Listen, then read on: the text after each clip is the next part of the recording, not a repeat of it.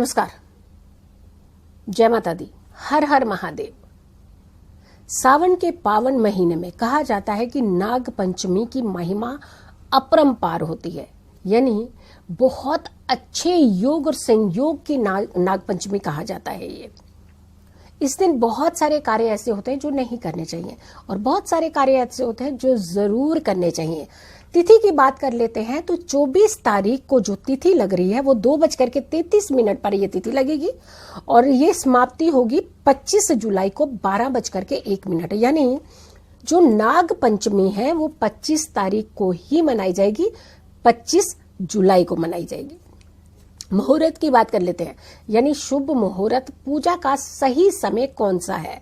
सुबह 5:43 से लेकर के 8:25 तक का जो मुहूर्त है ये अति उत्तम मुहूर्त है। इस समय ही नाग देवता की पूजा करनी चाहिए, भगवान भोलेनाथ की आराधना करनी चाहिए और अपने कष्टों से मुक्ति का द्वार यानी रास्ता ढूंढना चाहिए।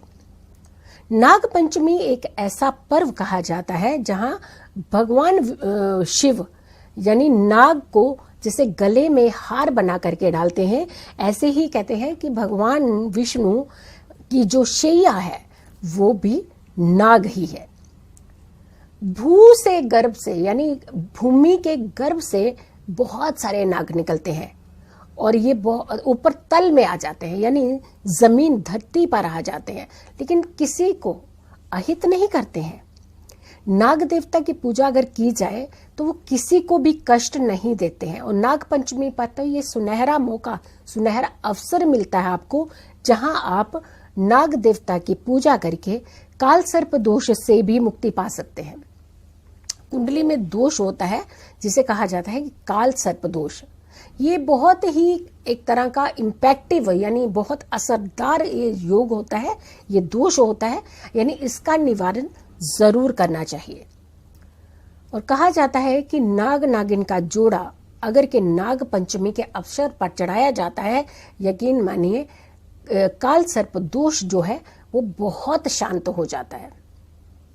वैसे तो इसकी बहुत प्रॉपर विधि से पूजा करवानी चाहिए और त्रिक्ष का बड़ा महत्व है।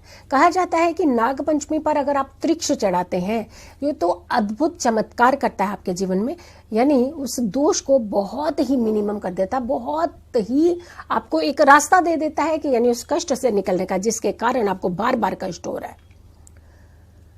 मिट्टी की कहा जाता है भोम पूजा की अगर बात करते हैं तो कहा जाता है कि ऐसे नाग पंचमी के समय पर बिल्कुल खुदाई नहीं करनी चाहिए, भूमि को नहीं खोदना चाहिए। नाग देवता की अगर आपको तस्वीर मिल जाती है, कहीं दिख जाती है, उसे बहुत ही आदर सम्मान सहित उसे उठा करके एक सुरक्षित स्थान पर रखना चाहिए।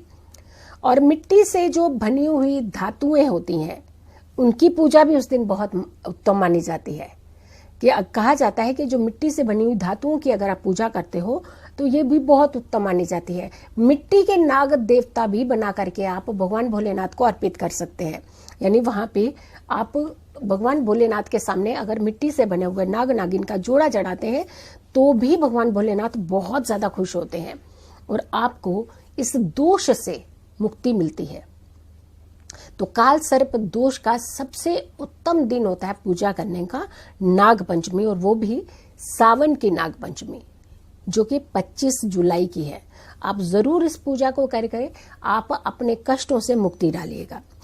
और तो और कहा जाता है कि कहीं भी अगर स्थान बना है भगवान नाग देवता का अगर स्थान बना है तो वहां ओम नमः शिवाय का जाप करते हुए कच्ची लस्सी जिसे हम कहते हैं, यानी दूध और थोड़ा सा मात्रा में दूध और बाकी जल, ये दोनों मिला करके एक कच्ची लस्सी का रूप लिया जाता है, वो वहां जरूर डालनी चाहिए, अर्पित जरूर करनी चाहिए और भगवान भोलेनाथ के मंत्रों के जाप यानी उच्चारण जरूर करना चाहिए।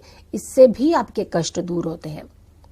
कुछ लोगों के घरों में ये स्थान होते हैं, यानी या फिर कुछ लोगों के खेतों में उनकी भूमि पर इस तरीके के स्थान होते हैं, यानी नाग देवता के स्थान कहा जाता है, उन्हें तो ये पूजन जरूर करना चाहिए।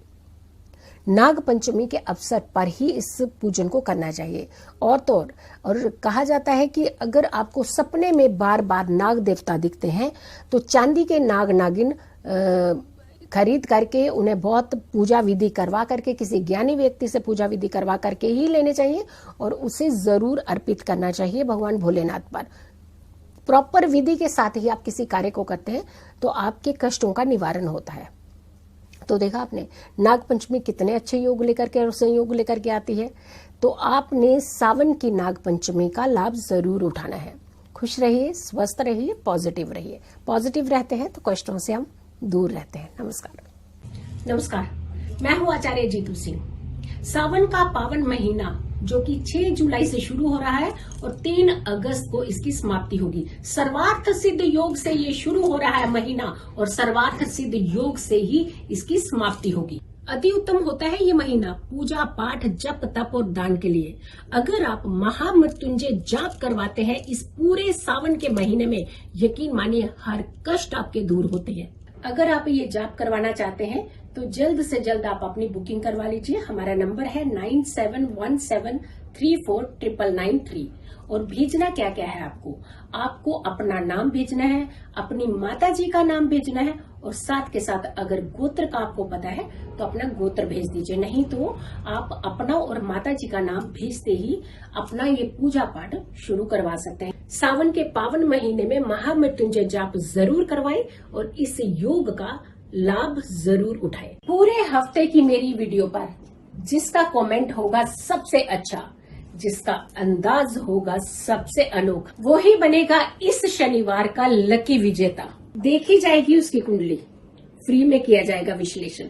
मेरी इस हफ्ते की सभी वीडियोस पर करना है आपको कमेंट और मैसेज पर भेज देनी है अपनी कुंडली की पूरी डिटेल। तो जानेंगे इस शनिवार लकी कौन।